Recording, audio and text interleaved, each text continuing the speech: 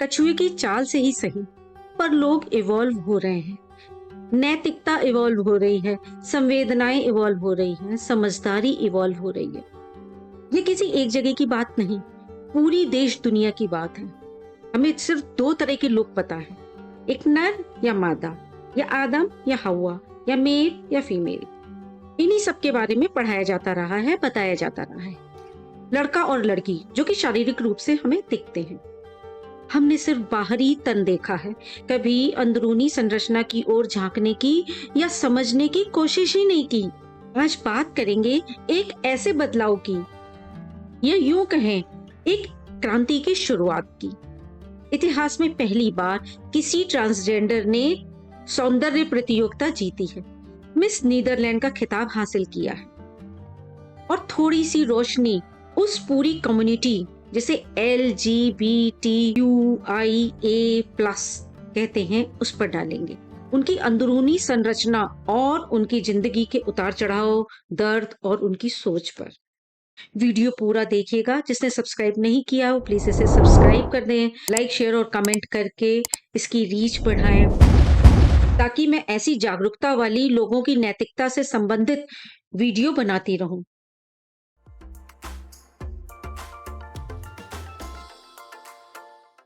नमस्कार दोस्तों, डॉक्टर मूक नायिका में आप सबका स्वागत है, अभिनंदन है। देश की आधी आबादी जो जाने अनजाने जादूतियों का शिकार होती रही, उनके अलावा भी एक और ऐसी कम्युनिटी है जिसे थर्ड जेंडर कहते हैं। उनके संघर्षों के बारे में, उससे रूबरू कराने का, उनकी आवाज बनने के लिए आपका साथ बहुत जरूरी है। छक्का, मीठा, सिक्सर, हिजड़ा, यूनक, ट्रांसजेंडर आदि ऐसे शब्द हैं जो करीब करीब सभी ने सुने होंगे या किसी को नीचा दिखाने में बोले होंगे। जब मैं छोटी थी तो लंबे लंबे साड़ी पहने ढोलक लिए 3-4 महिलाओं को देखती थी। अक्सर वो कहीं कहीं इधर उधर जाते थे। बहुत छोटी थी पर वो लोग मुझे कुछ अलग से दिखते थे। फिर बाद में पता चला कि जब कहीं बच्चा होता है या शादी होती है तो इनकी दुआएं ली जाती हैं और पैसे ना देने पर ये कपड़े उतारने लगते हैं। बड़ा कुतूहल होता था इन्हें जानने का, पर मम्मी मुझे हमेशा डांट कर इनको ना देखने का ऑर्डर दे देती थी। धीरे धीरे मैं इनसे डरने लगी, जाने क्यों। बहुत सालों बाद जब एक बार कोलकाता में एक रेड सिग्नल पर इन्हें पैसे मांगते देखा तो मैंने इन्हें पैसे दे दिए। बाद में ड्राइवर बोला, आपने इन्हें पैसे तो दे दिए, ये लोग शराब पीकर कहीं गली में पड़े होंगे। मन में बहुत सवाल उठे कि ये क्या शराब या मादक पदार्थों के लिए ये पैसे मांगते हैं? ये काम क्या करते हैं? इन्हें नौकरी कौन देता है? ये अपना खर्चा कैसे चलाते हैं? क्या शादी ब्याह या बच्चे होने पर जो बख्शीश मिलती है उससे इनका पूरा खर्चा पड़ जाता है? ये लोग रहते कहाँ हैं? क्या कोई सरकारी योजनाएं या कोई आरक्षण है इनके लिए? फॉर्म में तो केवल 2 ही कॉलम होते हैं, मेल या फीमेल। फिर इनका क्या? क्या ये जनगणना में गिने जाते हैं? मेडिकल फ्रेटर्निटी की होने के कारण सेक्सुअल डिसऑर्डर्स के बारे में पढ़ा था, पर डिटेल में कभी नहीं जाना, ग्राउंड रियलिटी में कभी नहीं जाना। चलिए, सेक्सुअल डिसऑर्डर के बारे में जानने से पहले आज की नायिका, जी हाँ नायिका ही कहूंगी क्योंकि वो अपने आप को वही आइडेंटिटी मानती हैं, उनकी जानकारी दे दूं। मैंने पहले ही कहा था, नैतिकता इवॉल्व हो रही है, समझ इवॉल्व हो रही है। ऐसे ही सदियों से एक पूर्वाग्रह के चलते सौंदर्य प्रतियोगिताओं पर सिर्फ महिलाओं को ही लोग देखना पसंद करते थे, या यूं कहें ये महिलाओं का ही पर्यायवाची था। उसी मिथ को धता बताते हुए विश्व में पहली बार एक ट्रांस वुमेन यानी कि पुरुष के शरीर में एक औरत, रिकी वॉलरी कोले ने मिस नीदरलैंड का खिताब जीतकर एक इतिहास रच दिया। 22 वर्ष की रिकी कोले रेड कलर के गाउन में गजब ढा रही थी। इससे पहले एंजेला पॉन्स मिस स्पेन का ताज पहनने वाली पहली ट्रांस वुमेन थी, पर वो फाइनल तक नहीं पहुंच पाई थी। सेक्सुअल डिसऑर्डर एक जनरल टर्म है जिसके अंतर्गत कई तरह के सेक्सुअल आइडेंटिटी या वेरिएशन होते हैं। आजकल सेक्सुअल डिसऑर्डर को डिसऑर्डर ना कहकर जेंडर डिस्फोरिया या जेंडर इनकॉन्ग्रुएंस कहा जाता है। एक बच्चा जब पैदा होता है तो उसकी शारीरिक रचना से उसे लड़का या लड़की का नाम दे दिया जाता है, जिसे बायोलॉजिकल सेक्स कहते हैं, जो कि मेल या फीमेल होता है। लेकिन बच्चा जो अंदर से अपने आप को महसूस करता है, पसंद नापसंद, हाव भाव, तौर तरीके आदि उसके बायोलॉजिकल सेक्स से भिन्न हो, तो उसे जेंडर आइडेंटिटी कहते हैं। यह कोई बीमारी या विकलांगता या कमी नहीं है। बच्चा जब बन रहा होता है, अंडे और शुक्राणु का निषेचन हो रहा होता है, उनका डीएनए मिल रहा होता है, हैप्लॉइड जीन से डिप्लॉइड जीन में बदल रहा होता है, तब कुछ क्रोमोसोमल कोडिंग में कमी या चेंज की वजह से ऐसी कंडीशन हो जाती है। इसका कोई निश्चित कारण नहीं है। ये लोग मेंटल नहीं होते हैं, जैसे कि अमूमन लोग इन्हें सोच लेते हैं। बस ये असंतुष्ट हो सकते हैं अपने शरीर से। सेक्स क्रोमोसोम, जो कि पुरुष में XY होता है और महिला में XX होता है, तो Y क्रोमोसोम पर एक SRY नाम का जीन पाया जाता है, जिसे लड़के के सेकेंडरी सेक्सुअल कैरेक्टरिस्टिक्स जैसे दाढ़ी मूंछ आना, छाती चौड़ी होना, मस्कुलर होना, जननांगों में बदलाव आना, जिनमें SRY जीन एब्सेंट हो तो उनमें ये चेंजेस नहीं आ पाएंगे और वो लड़की जैसा महसूस करेंगे। उनका सेक्सुअल ओरिएंटेशन या अट्रैक्शन लड़कों की तरफ होगा। इसका मतलब वो पैदा तो मेल हुआ है, उसका बायोलॉजिकल सेक्स मेल है, परंतु उसकी आइडेंटिटी, जेंडर आइडेंटिटी एक फीमेल की है, जो कि बहुत नेचुरल है, पर समाज उसको गे समझेगा, जो कि सच नहीं है। और अगर यही SRY जीन X क्रोमोसोम पर अटैच हो गया, वह जन्म से बायोलॉजिकली फीमेल होगी, लेकिन उसकी जेंडर आइडेंटिटी एक मेल की होगी, क्योंकि वो SRY जीन उसमें सब वही चेंजेस कर रहा होगा जो उसे लड़कों जैसा दिखाएंगे। LGBTQIA+, ऐसे कई टर्म्स हैं जिनमें ये लोग अपने आप को आइडेंटिफाई करते हैं। मेडिकली कहा जाए तो ये एकदम नेचुरल है, पर समाज के बनाए हुए नॉर्म से भिन्न है, इसलिए इन्हें इस टैग की जरूरत पड़ी, ताकि ये भी एक कम्युनिटी लगे, एक ग्रुप लगे, मर्द और औरत के अलावा। तो इस LGBTQIA+ में सबसे पहले आता है L, जिसका मतलब होता है लेस्बियन। ये बायोलॉजिकली फीमेल्स होते हैं, इनका जेंडर आइडेंटिटी भी फीमेल होता है, बस इनका सेक्सुअल ओरिएंटेशन टुवर्ड्स फीमेल होता है। अब बात करते हैं G यानी गे की, जो बायोलॉजिकली मेल होते हैं, जेंडर आइडेंटिटी भी उनकी मेल होती है, बस इनका सेक्सुअल ओरिएंटेशन फीमेल की तरफ ना होकर मेल की तरफ होता है। अब आता है टर्म B यानी कि बाइसेक्सुअल। अगर जानवरों की बात करें तो बाइसेक्सुअल उन्हें कहते हैं जिनमें मेल और फीमेल रिप्रोडक्टिव ऑर्गन दोनों पाए जाते हैं, जिन्हें हर्माफ्रोडाइट या उभयलिंगी भी कहा जाता है। ये अर्थवॉर्म में दोनों होते हैं, लीच है, स्टारफिश है, फ्लेमिंगो है, वेल है, टेपवॉर्म है, बॉटल नोज डॉल्फिन्स हैं। बात अगर इंसानों की करें तो बाइसेक्सुअल उन्हें कहते हैं जिनका झुकाव पुरुष या महिला किसी की तरफ भी हो सकता है। एक टर्म होता है पैनसेक्सुअल, उसका मतलब है कि आपका सेक्सुअल ओरिएंटेशन किसी की तरफ भी, चाहे वो महिला हो, चाहे पुरुष हो, चाहे ट्रांसजेंडर हो, चाहे किसी की तरफ भी हो। अब LGB के बाद आता है T, ट्रांसजेंडर। ट्रांसजेंडर उन्हें कहते हैं जिनका बायोलॉजिकल सेक्स से जेंडर सेक्स भिन्न होता है, यानी कि गलत शरीर में गलत जेंडर। जो अभी कुछ देर पहले मैंने आपको SRY जीन के बारे में बताया था, ये उसी कारण होता है। वैसे आजकल लोग छक्का, सिक्सर, गुड़, मीठा, हिजड़ा, किन्नर आदि इन सबको ट्रांसजेंडर कह देते हैं, जो कि स्त्री पुरुष नहीं है, लेकिन ये सही नहीं है। जैसा कि मैंने पहले बताया था कि जब बच्चा पैदा होता है तो उसे शरीर के निश्चित अंगों को पहचान कर, उनके जननांगों को पहचान कर उन्हें लड़का या लड़की का नाम दे दिया जाता है। लेकिन जैसे जैसे वह बड़े होते हैं तो वे अपने आप को उस रूप में नहीं पहचान पाते हैं जो जन्म के समय उन्हें दिया जाता है। कारण वही SRY जीन। इनके दो प्रकार होते हैं, ट्रांस वुमेन और ट्रांस मैन।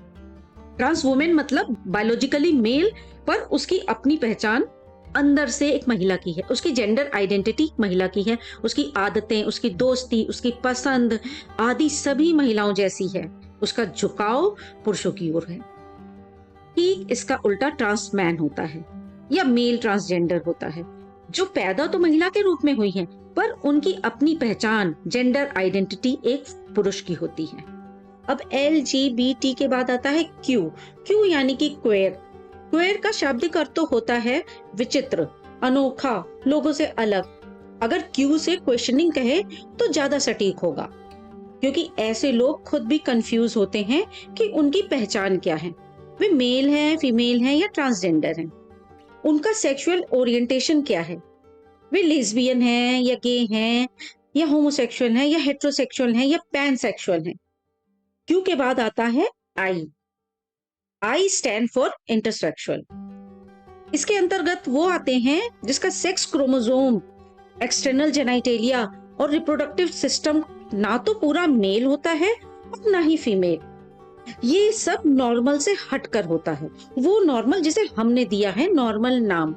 ऐसे कई केसेस में ये करेक्टिव ऑपरेशन करवा लेते हैं और इन दो साँचों में ढल जाते हैं जिसे मेल या फीमेल कहते हैं, जो मानव समाज ने दिए हैं हमेशा से।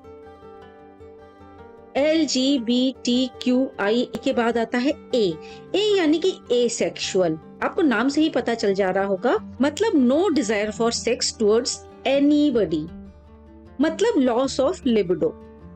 प्लांट्स में आपने एसेक्सुअल रिप्रोडक्शन जरूर पढ़ा होगा, जो कि बडिंग के थ्रू, फ्रेगमेंटेशन के थ्रू या वेजिटेटिव प्रोपोगेशन के थ्रू, स्पोर फॉर्मेशन के थ्रू हो जाता है। इनमें फ्लावर्स की जरूरत नहीं पड़ती है, यानी कि रिप्रोडक्टिव ऑर्गन्स की जरूरत नहीं पड़ती है। परंतु यह सुविधा अभी इंसानों में नहीं है। उनके लिए शुक्राणु और अंडाणु का निषेचन होना जरूरी होता है। अब इन सब के आखिर में आता है प्लस। तो ये प्लस क्या भला है? प्लस का मतलब खुली छूट। अभी भी कई ऐसी विभिन्नता हो सकती है सेक्सुअलिटी के हिसाब से, जिसका हमें पता नहीं चल पाया है। तो ऑप्शन खुले हैं, जब इनका पता चलेगा तो उनको कोई और नाम दे दिया जाएगा। पहले इन सबको अप्राकृतिक माना जाता था, अपराधी करार दिया जाता था, कानूनन सजा थी। समाज ने अपने ही मानक तय कर रखे थे सेक्सुअलिटी के। सुप्रीम कोर्ट ऑफ इंडिया ने 6 सितंबर 2018 को धारा 3771 में इसे गैर आपराधिक घोषित कर दिया है। यह आसानी से नहीं हुआ, कई लड़ाइयां लड़नी पड़ी इसके लिए, आंदोलन करने पड़े। प्राइड परेड यानी कि स्वाभिमान परेड, जिसे कोलकाता ने रेनबो प्राइड का नाम दिया, जो कि 1995 में हुई थी पहली बार। रेनबो यानी plenty of shades other than normal male and female. तो बौद्धिक लोगों ने भी मान लिया कि यह हमारी संस्कृति का हिस्सा है, यह सब सामान्य है। इन व्यक्तियों की जिंदगी में बहुत उलझनों, तानों, प्रताड़नाओं, मानसिक और शारीरिक हिंसा होती है। इनको कोई भी समझ नहीं पाता और ना ही वो किसी को अपनी परेशानी समझा सकते हैं। मैंने जोश टॉक में इनकी कई व्यक्तिगत कहानियां सुनी हैं, बहुत दिल दहला है इनकी कहानियां सुनकर। इसी वजह से sex change operation, male to female या female to male surgery business चल निकला है। कई लोग जो आगे आए हैं, जो बहुत अंदर उलझनों से बीते हैं, मानसिक और शारीरिक उलझनों से जिन्होंने जिंदगी बिताई है, कई लोगों ने जो ऑपरेशन कराए हैं, उनको जो समाज में तनाव झेलना पड़ता है, इसी वजह से ये sex change operation, male to female या female to male surgery business चल निकला है। मेल टू फीमेल में मेल का प्राइवेट पार्ट, एक्सटर्नल जेनेटेलिया को रिमूव करके, उसके जो स्क्रोटम होती है उसकी स्किन को यूज करके फीमेल जेनेटेलिया बना देते हैं। सिलिकॉन ब्रेस्ट इम्प्लांट कर देते हैं। परंतु यूट्रस यानी कि गर्भाशय का इम्प्लांट मुश्किल है। इसके सक्सेस रेट भी बहुत कम है। इसका फंक्शन पूरा भी हो पाएगा, यानी कि इसमें बच्चा पल भी पाएगा या नहीं, इसके चांसेस भी बहुत कम होते हैं। हो सकता है फ्यूचर में ये सक्सेसफुल हो जाए। फीमेल टू मेल सर्जरी में इसका ऑपोजिट होता है। ब्रेस्ट रिमूव होते हैं, जो एक्स्ट्रा स्किन होती है उसको रिमूव करा जाता है। फेलोप्लास्टी होती है, यानी कि मेल जेनेटेलिया बनाया जाता है, जिसमें से फोर आर्म या थाइज के टिश्यू का इस्तेमाल किया जाता है, जिसका गोल नॉर्मल पेनाइल इरेक्शन से लेकर ऑर्गेज्म है। परंतु स्पर्म प्रोडक्शन पर अभी भी सक्सेस नहीं मिली है, यानी कि वो बायोलॉजिकली पिता नहीं बन सकता, परंतु वह मेल मदर बन सकता है क्योंकि उसके पास नॉर्मल फंक्शनिंग यूट्रस है। केरला का एक ट्रांसजेंडर कपल इसका एग्जाम्पल है, जिसमें ट्रांस मैन प्रेग्नेंट हुआ है। बहुत से ऐसे होते हैं जो अपनी सर्जरी नहीं करवाते, ऐसे ही अपनी आइडेंटिटी में खुश रहते हैं। लेकिन जरा सोचिए, 18 वर्ष तक शरीर किसी और का और अंदर कोई और उसके बाद आप ही से शी या शी से ही बन जाते हैं। आपके डॉक्यूमेंट्स में चेंज, आपके आईडी प्रूफ्स में चेंज और बहुत सारे ऐसे मानसिक और सामाजिक बदलाव भी होते हैं जिन्हें स्वीकार करने में बहुत देर लगती है, बहुत तनाव हो जाता है, बहुत डिप्रेशन होता है और इस प्रक्रिया में भी बहुत देर लगती है। आसान नहीं होता है ये। 2014 में गौरी सावंत नाम की एक ट्रांसजेंडर ने पहली बार NALSA national legal service authority के थ्रू कोर्ट में पिटीशन डाला ट्रांसजेंडर्स के अधिकारों के लिए और 2019 में transgender person protection of rights act 2018 बना, जिसमें उनके किसी भी तरह के फिजिकल मेंटल भेदभाव को, चाहे वो स्कूल में हो, चाहे हेल्थ केयर सर्विस में हो, चाहे एम्प्लॉयमेंट में हो, चाहे आवाजाही सड़क पर हो, चाहे संपत्ति पर हो, चाहे निवास पर हो, चाहे उनके किराए लेकर घर रहने को हो, उन सबके भेदभाव के खिलाफ है।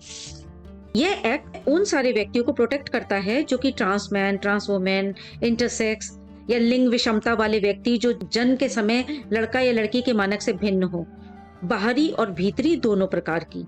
ये उनको जेंडर आइडेंटिटी सर्टिफिकेट बनवाने में मदद करता है, डीएम या जो भी मान्य अधिकारी हो उनसे, बिना किसी मेडिकल जांच के। ऐसा नहीं है कि इस तथाकथित कम्युनिटी ने समाज के द्वारा दुत्कारने के बावजूद अपनी मेहनत से, अपने जज्बे से कई उच्च मुकाम भी हासिल किए हैं। कुछ उदाहरण निम्न हैं। तमिलनाडु में मिस कुवागम पीजेंट कॉन्टेस्ट की विनर एक ट्रांसजेंडर थी 2018 में। Adam Harry first trans pilot, TEDx speaker, activist, model, male actor, male South Africa, जिन्हें केरला गवर्नमेंट ने स्कॉलरशिप प्रोवाइड करी थी उनके पायलट बनने के कोर्स की। Santosh Londhe first trans women जो मुंबई यूनिवर्सिटी से ग्रेजुएट हुई।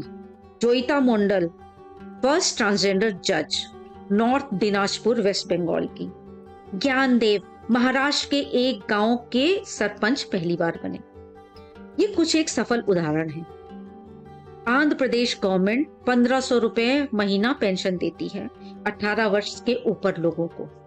केरल और उड़ीसा में ये पहले से ही लागू हो चुका है। ट्रांसजेंडर आयुष्मान भारत योजना, जिससे इन्हें पढ़ाई में लाभ और स्कॉलरशिप वगैरह का प्रावधान मिलता है। इन सब योजनाओं के बावजूद आज भी समाज में उनके लिए बहुत दिक्कतें हैं।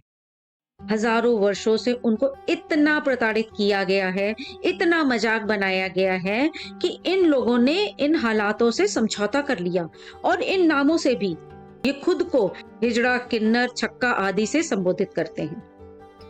हमारी संवेदनशीलता का विकास अभी बहुत ही कम हुआ है। हमारी स्वीकारता का विकास बहुत ही कम हुआ है अभी।